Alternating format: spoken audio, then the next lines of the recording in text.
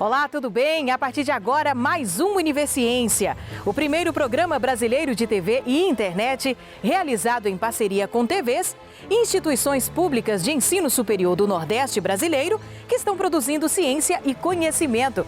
Então, vamos conferir as pesquisas de hoje? Projeto do Instituto Federal de Sergipe incentiva comerciantes a transformar o óleo de soja usado em sabão. Uma pesquisa da Universidade Estadual do Sudoeste da Bahia investiga práticas agrícolas da antiguidade a partir da Bíblia. E ainda, uma técnica que promete o melhoramento de sementes do feijão calpi para o cultivo no semiárido.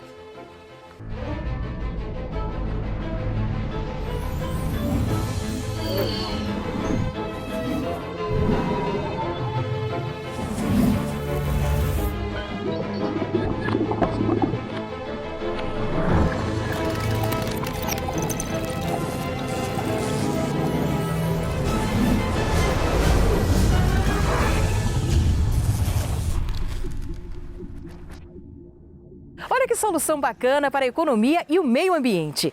Um projeto do Instituto Federal de Sergipe quer ajudar proprietários de estabelecimentos comerciais da Orla de Atalaia, em Aracaju, a transformar o óleo de soja usado nas frituras do dia a dia em sabão. Além de ajudar nas contas do fim do mês, contribui para preservar o meio ambiente. Sabia que o óleo usado na fritura de alimentos pode ser transformado em sabão?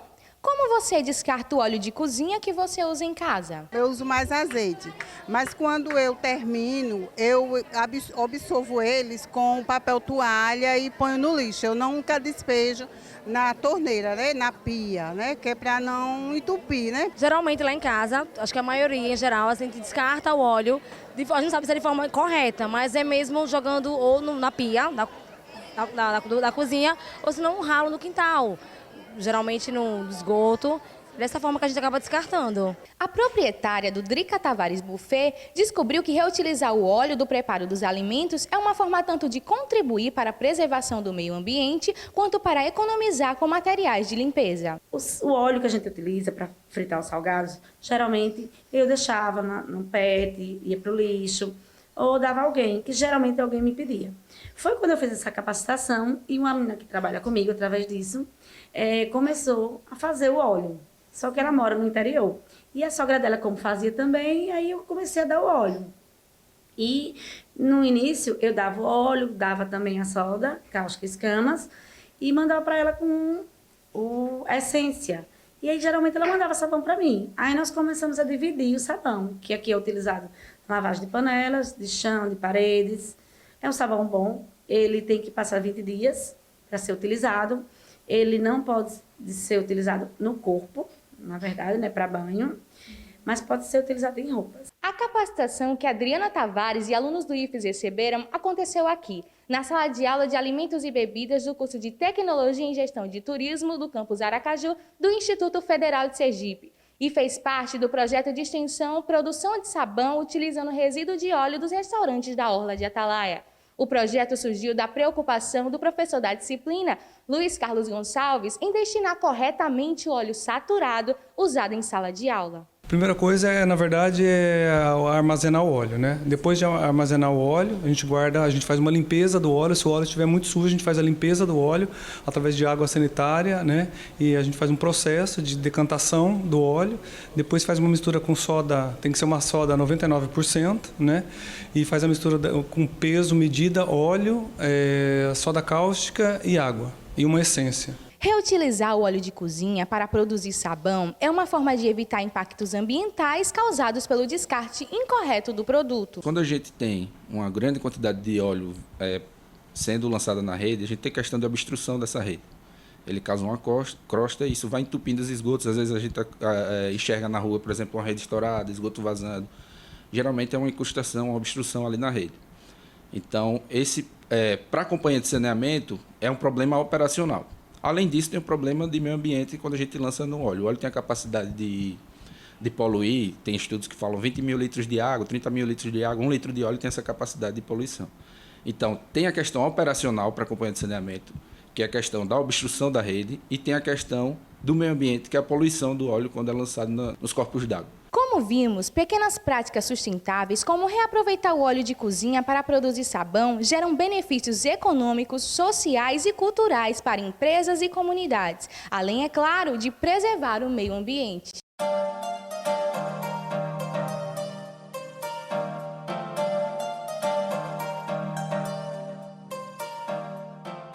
E depois do intervalo, você vai conhecer o trabalho de um cientista da Universidade Estadual do Sudoeste da Bahia, que investiga práticas agrícolas da antiguidade a partir da Bíblia.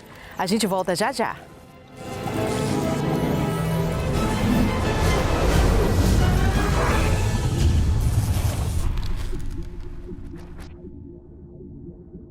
A próxima pesquisa que vamos conhecer usou como base a Bíblia Sagrada, mas não tem nada a ver com religiosidade, e sim com as práticas agrícolas em tempos remotos. Na Universidade Estadual do Sudoeste da Bahia, o professor responsável pelo estudo observou nos textos do Velho Testamento fatores da administração e produção agrícola que podem influenciar diversas culturas até os dias atuais. Em um estudo de especialização, um curso de especialização,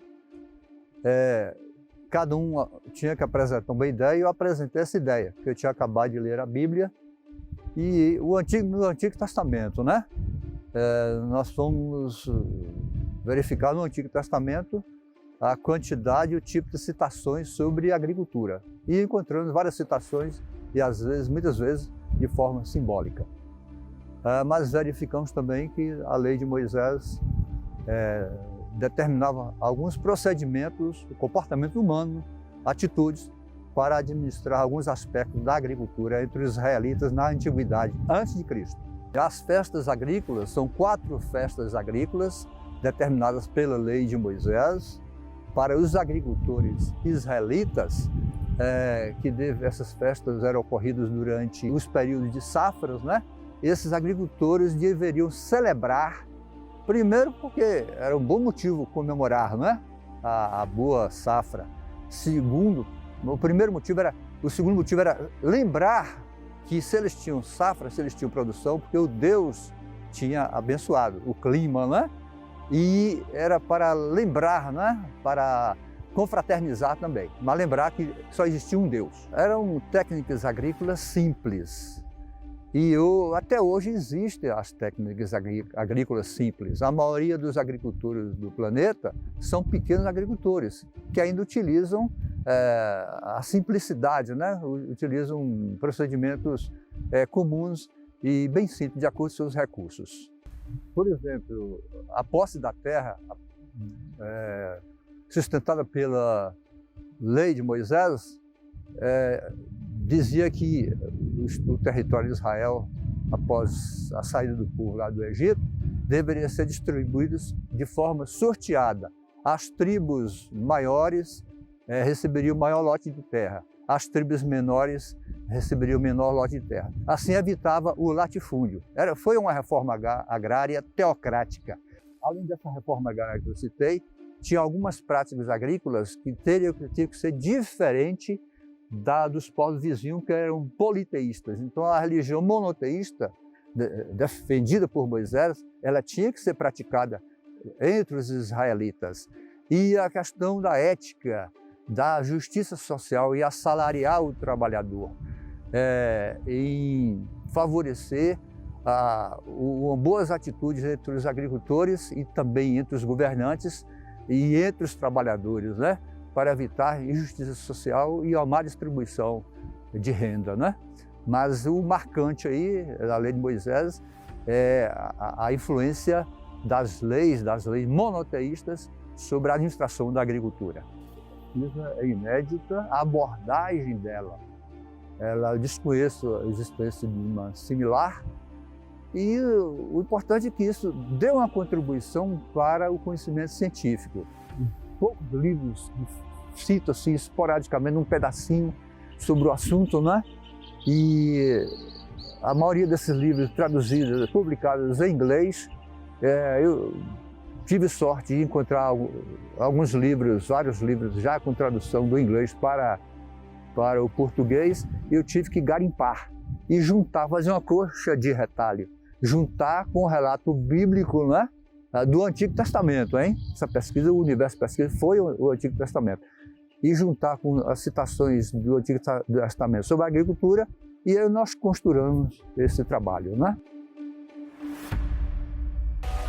130 milhões de toneladas de plásticos descartáveis foram jogados fora em todo o mundo, de acordo com a pesquisa do Índice de Fabricantes de Resíduos de Plásticos, publicada por uma fundação australiana em 2019.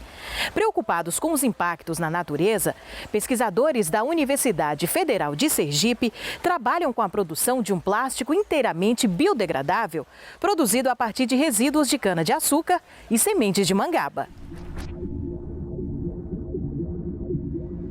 O laboratório, ele trabalha com resíduos agroindustriais, né, ou resíduos agrícolas. Né? Então, a gente reaproveita o que é colocado ou para ração animal ou simplesmente jogado no lixo. Esse trabalho do Carlos Fernando, ele teve início de um projeto de Meninas na Ciência, onde eu coordenava 5 escolas públicas do estado de Sergipe. Então, a escola de Santa Rosa iniciou os trabalhos com os meninos do ensino médio, aproveitando o resíduo de cana-de-açúcar. Para isso, a gente trouxe o trabalho para a universidade, né? A professora do ensino médio é orientadora desse trabalho, para fazer com que a gente desse um caráter mais científico devido à estrutura da universidade para o trabalho que tinha sido desenvolvido lá.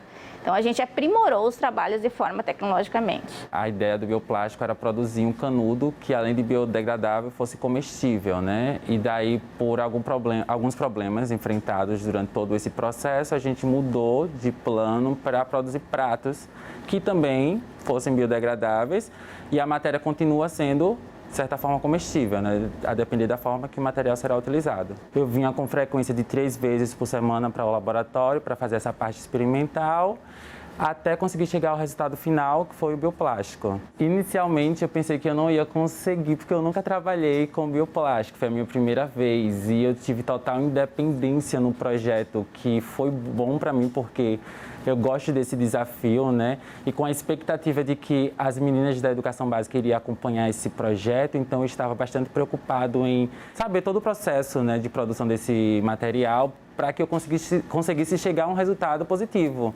Então, inicialmente, eu não tinha ideia de que eu iria conseguir chegar a esse resultado, né? Mas com o passar do tempo, um passo após o outro, eu fui conseguindo fazer o teste com plastificante, aí eu vi a primeira formação do bioplástico, depois a cinética de secagem, que foi o tempo para medir o tempo de formação do material. E depois, quando eu cheguei ao final com o bioplástico, para mim foi, tipo assim, já estava me sentindo pesquisador. Com o tratamento do resíduo de forma correta e a reutilização para transformação em um produto, a gente consegue incorporar um resíduo que ia aumentar a quantidade de lixo em um produto final que vai ter valor. Eu estou concluindo alguns testes para finalizar a patente, né, e fazer o pedido de patente do material. Pretendo apresentar, né, todo o processo de produção do bioplástico para as meninas, que são as meninas da educação básica, produção de artigo e algumas apresentações em congresso. E daqui a pouco a gente volta com uma pesquisa que busca tornar o feijão calpi mais resistente às condições climáticas do semiárido. É depois do intervalo.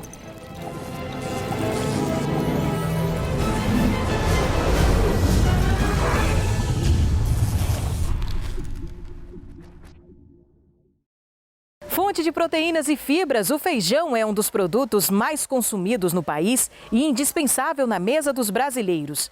Nos últimos anos, as variações climáticas fizeram a produção do grão despencar em comparação às safras passadas e o preço subir. Na Universidade Estadual da Paraíba, pesquisadores estão desenvolvendo um feijão que resiste à escassez de água e às altas temperaturas. A ideia é garantir uma semente adaptada ao cultivo nas regiões semiáridas. A pesquisa vem sendo feita desde 2012 no Laboratório de Ecofisiologia de Plantas Cultivadas, o Ecolab, no Campus 1 da UEPB, em Campina Grande. O estudo é em parceria com unidades da Embrapa para o melhoramento de um tipo de feijão que se torna resistente à escassez hídrica e a altas temperaturas. Primeiro a gente selecionou de início em torno de 11 materiais. Esses materiais são genótipos cultivares, vindo da Embrapa Meio Norte e da Embrapa Semiárido. E pegamos também alguns materiais em nível de produtores locais. E fizemos inicialmente teste de campo, selecionando os melhores materiais em termos de resposta, dentro da variabilidade genética, em termos de rendimento de grãos, qualidade de grãos e tolerância à restrição hídrica. A partir daí a gente começou a trabalhar então selecionando esses materiais em nível de experimentação, colocando sistema de cultivo com a capacidade adequada ou normal, sem restrição hídrica, e restringindo essa restrição a em torno de 50%. A partir daí a gente começou então a selecionar os materiais mais tolerantes. A gente já está em torno da terceira geração em termos de seleção de material, onde a gente coleta esse material no campo, traz para o laboratório, vê a questão em termos de tolerância bioquímica sobre restrição hídrica e também tolerância à questão fisiológica. Vejamos que o feijão calpi, como outras culturas, elas são afetadas pela falta d'água, por exemplo. A restrição hídrica ela é muito importante no sentido de que faltou água para um vegetal, uma planta, ela não vai conseguir sobreviver e manter de uma forma mantendo todo o seu potencial genético, ou seja, viver tão bem. Então ele tem um grande impacto econômico nesse sentido. Para o agricultor ele passa por um momento de seca, de restrição hídrica, agora com a semente melhorada no sentido que aplicou o Seed Prime, ele vai ter uma resposta bem melhor. Além de Campina Grande, os estudos avaliam o melhoramento vegetal em outros 2 campos da universidade, que têm características climáticas diferentes. Como a gente tem um ponto de partida do trabalho desses genótipos na câmara de germinação ou câmara de crescimento, nesse ambiente a gente consegue simular um clima de semiárido, então de alta temperatura, alta umidade relativa. Ao selecionar esse material, levando esse material em nível de campo, a gente consegue ver a plasticidade que esses genótipos devem ter em termos de comportamento ambiental. Essa etapa que está sendo desenvolvida aqui no Ecolab, nossa equipe, estamos trabalhando com o Seed Prime, que em tradução literal é o Prime de sementes. Consiste de um melhoramento, por que não, de submeter essas sementes em um estágio inicial, submeter elas a um estímulo, no nosso caso, um estímulo, seja ele de oscilação térmica, alta temperatura, de restrição hídrica e de variação luminosa. Esse estímulo, colocado na semente em um momento que ela está passando por processos para germinar, certo? Quando a gente aplica esse estímulo, é considerado um estresse nessa semente, ela ativa toda uma rota de mecanismos que vai garantir uma defesa a ela. Todavia, o Seed Prime vai consistir em cortar esse estímulo no momento crucial para a semente. Cortou esse estímulo e a gente seca essa semente, garantindo que ela retorne para o momento inicial dela. Então, ela vai ter essa memória genética. Ela vai guardar essa informação, esse estímulo estressante que ela passou, vai guardar e para no futuro, caso ela passe novamente por esse estímulo, esse estresse, ela já vai ter esse mecanismo intrínseco, sim, essa memória guardada e vai poder responder de uma forma mais eficiente.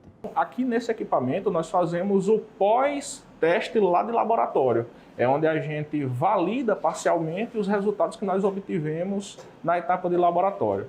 Então esse equipamento é uma câmara de crescimento tipo Fitotron, onde nós conseguimos simular as condições de clima, imaginando cenários futuros de aumento de temperatura e de concentração de CO2 na atmosfera. Então o que a gente faz aqui? Nós simulamos nesses vasos a restrição de água nessas plantas e simulamos também o aumento de temperatura e de CO2. E nessas condições, nós queremos testar se aqueles resultados que foram inicialmente realizados lá em laboratório, na etapa de seed prime, conseguem ser consistentes aqui nessa situação simulada. Depois que passarmos dessa condição, aí a gente vai simular isso no campo. É onde a gente, de fato, quer entregar esse produto para os produtores, né? Professor, quais foram as melhorias que vocês observaram?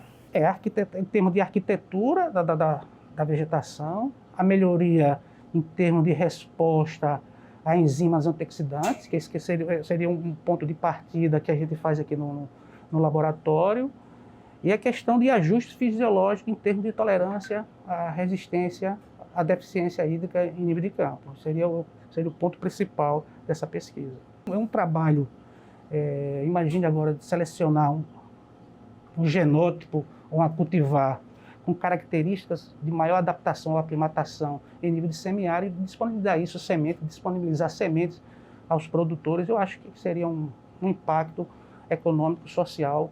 O próximo passo é validar esses resultados em nível de laboratório.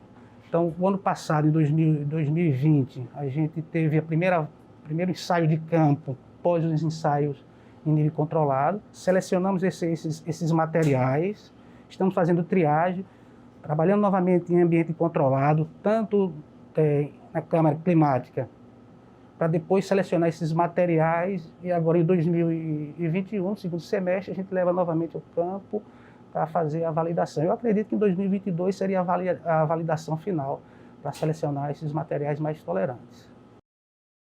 E com esta boa notícia, nós encerramos o Univerciência de hoje.